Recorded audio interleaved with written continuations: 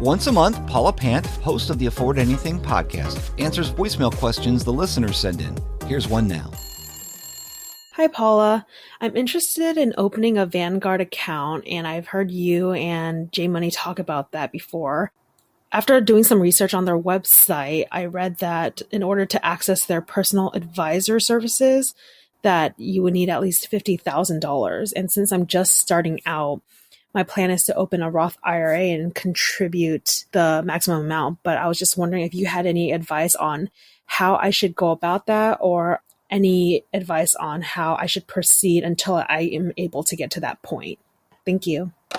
Eva, the question that I would ask you is, why are you interested in getting a personal advisor?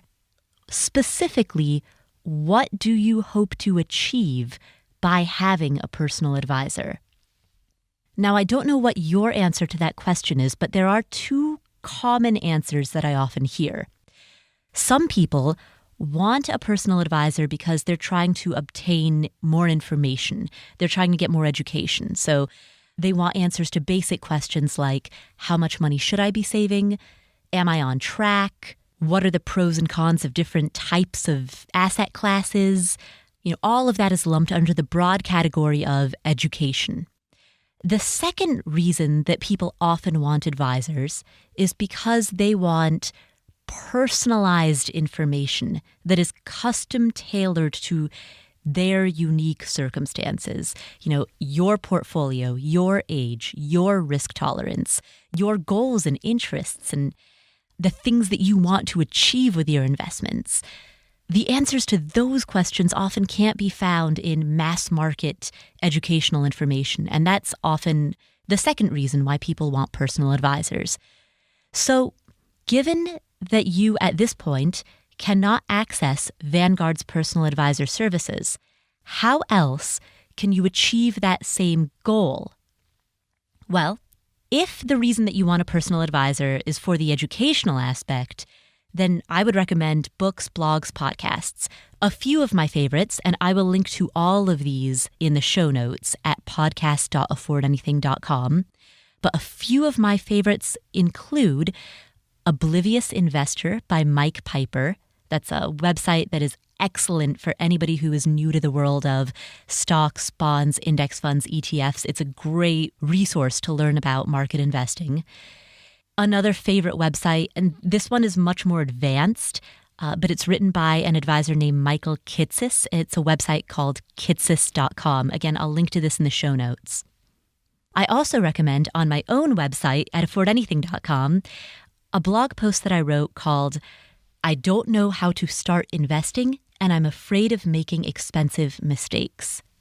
That's another excellent article that you could read if you want more education. There are also many books that you can read. Among my favorites, Jim Collins, who was interviewed on a previous episode of this podcast, he just released a book called The Simple Path to Wealth. Mike Piper, the blogger behind Oblivious Investor, he also has several books that are for sale on Amazon. So that's what I would recommend if your goal in having a personal advisor is the educational component. What if it's not? What if your goal in having a personal advisor is to get that unique information, recommendations that are custom tailored to you that you could not find anywhere else? Well, some people might say that you could get that by going to a Robo advisor. Robo advisors are websites such as Wealthfront, Betterment, GemStep. These are websites in which you input all of your data, you tie them to your investment accounts, they scan those accounts, and then they have an algorithm that spits out some recommendations for you. We talked about robo-advisors at length on episode 24 of this podcast, which I will also link to in the show notes. Robo-advisors have their pros and cons, and depending on what your goals are, maybe that'll be sufficient for you, maybe not. If it is, great. If not, you can always hire a human advisor. That's always an option. Now, one thing that I would emphasize if you do that is that this human advisor must have a fiduciary duty to you. The key words here are fiduciary duty. So before you pay anyone to give you advice, the first question that I want you to ask that person is, do you have a fiduciary duty to me? Or do you have a fiduciary obligation? Those are both different ways of saying the same thing. If they say yes, proceed with the conversation. You can consider them for the work that you need. But if they say no, if they do not have a fiduciary obligation, then I would recommend that you not enlist them to give you advice. A person who does not have a fiduciary duty to you might recommend an insurance plan or a mutual fund that pays them a bigger commission.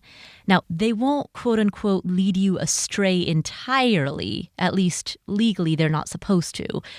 But they're not required to give you the best advice that's in your own interest. In other words, people without a fiduciary duty are legally allowed to consider the compensation that they receive from, the kickback from the insurance company, the kickback from the mutual fund. They're legally allowed to consider that before they make a recommendation. However, people who have a fiduciary duty to you, by law, that cannot influence them. They have to give you advice that's in your own best interest, even if that results in financial detriment to them. So thank you for asking that question. I hope that helped. Hey, did you enjoy this excerpt from the Afford Anything podcast? Then click to download our free ebook, Escape. You'll be taken to a page where you can enter your email for immediate access to everything you need to know about escaping the 9-to-5 grind to live life on your terms. And you can also subscribe with one simple click to get alerted when new videos are uploaded.